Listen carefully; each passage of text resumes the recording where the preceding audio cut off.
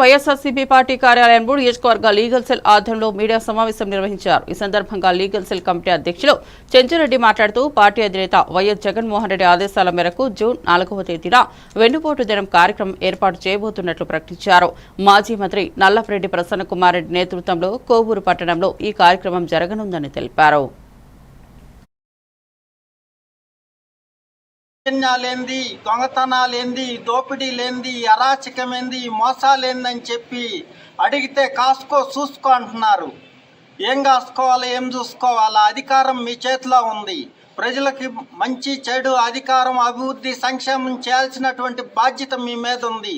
మీ బాధ్యత మర్చిపోతే మీ ఫీజులు పెరిగేసే రోజు దగ్గర పడ్డాయి అని చెప్పి ఈ ప్రభుత్వాన్ని హెచ్చరిస్తూ ఉన్నాం.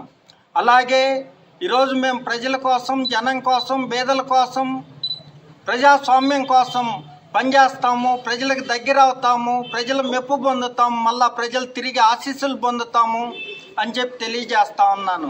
రేపు జరగబోయేటటువంటి ఎన్నుపోటు దినోత్సవాన్ని, 4వ తేదీ జరగబోయేటటువంటి ఎన్నుపోటు దినోత్సవాన్ని పెద్ద ఎత్తున ప్రజలందరూ పాల్గొని జయప్రదం చేయవలసిందిగా కోరుతున్నాను. ఈ కార్యక్రమానికి మా న్యాయవాదులందరూ కూడా సహకరిస్తారు.